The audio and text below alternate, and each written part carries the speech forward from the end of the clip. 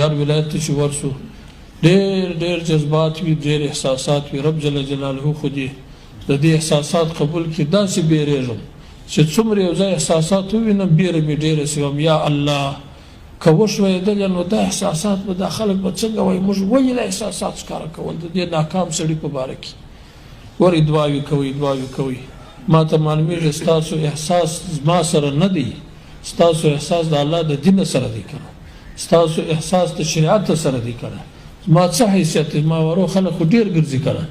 نو الله دې ستاسو امیدونه زموږ پر لاسو پوره کړي. الله دې دا نظام شرعي نظام کې رب جل جلاله دې موږ نه ناکامه کوي.